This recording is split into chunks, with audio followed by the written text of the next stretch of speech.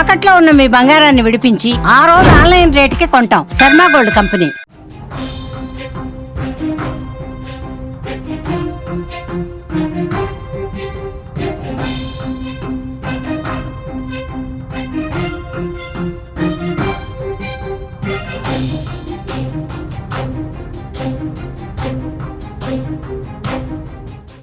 కుక్కతోక వంకర అన్నట్టు పాకిస్తాన్ బుద్ధి కూడా అంతే వంకర.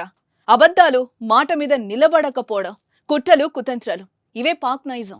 సీజ్ ఫైర్ తర్వాత ఆ దేశం ప్రగల్భాలు, కారుకూతలు చూస్తుంటే నవ్వొస్తోంది. యుద్ధం గెలిచామని ఆ దేశ ప్రధాని ప్రకటించుకోగా పాక్ ప్రజలు సంబరపడిపోయారు.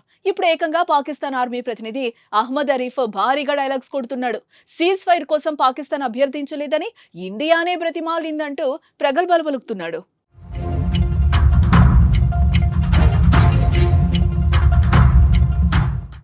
ఇండియా సైనిక శక్తి ముందు పాకిస్తాన్ సైన్యం దేనికి పనికిరాదు. వారి చైనా పీస్లను భారత రక్షణ దళం నేలకేసి కొట్టింది.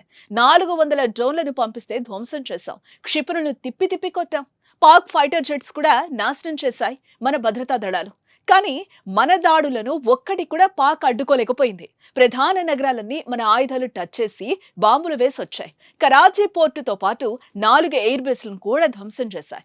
ఈ దాడుల్లో భారత్ మాత్రం ఎక్కడా పాక్ ప్రజల జోలికి పోలేదు. వారికి ప్రాణ ఆస్తి నష్టం కలిగించను లేదు. కానీ పాకిస్తాన్ మాత్రం అమాయక ప్రజలే టార్గెట్ గా దాడులు చేసింది.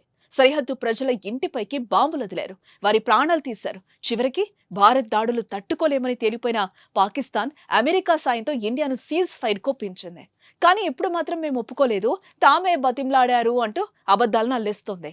అంతేకాదు, భారతదేశానికి చెందిన 26 భారత సైనిక స్థావరాలు, ఎయిర్ బేస్లపై దాడులు చేశామంటూ చెప్పుకొని ఆనందపడిపోతోంది.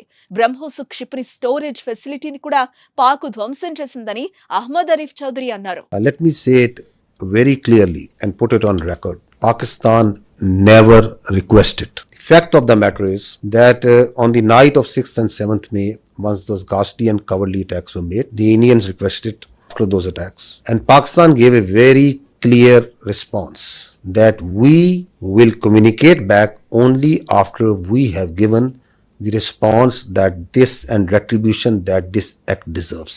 So on 10th of May, after that response and retribution, that just retribution, targeting not the civilians, but those military establishments, those units, those places from where the attack on the civilians, the innocent civilians, the children was made, once they were neutralized and taken out, on the request and intervention of the international interlocutors, we responded to the already made request of the Indians.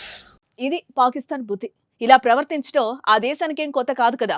ప్రజలు వారిపై తిరుగుబావుట ఎగరవేస్తారనే భయంతో ఇలా అబద్ధాలు చెప్పి వారిని నమ్మిస్తోంది. Cease fire తర్వాత కూడా ఆ దేశం నిబంధనలను ఉల్లంఘించింది. మరోసారి అలా చేస్తే మాత్రం భారత దళాలు ఆ దేశానికి వెళ్లి ఆ సైన్యాన్ని మట్టుబెడతాయి. పీఓకే స్వాధీనం కూడా చేసుకుంటామని మోదీ స్ట్రాంగ్ వార్నింగ్ ఇచ్చారు.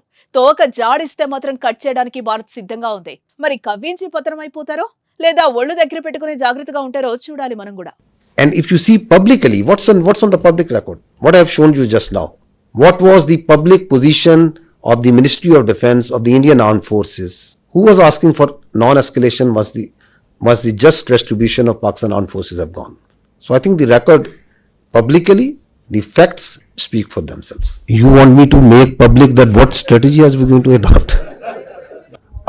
For any threat, anything that they can pose, posture, your armed forces are always vigilant and ready. We have proved it on ground multiple times. We can prove it. So, and we don't respond, and we are not here for a response that what they said. And so it's not that what they said that I have to say.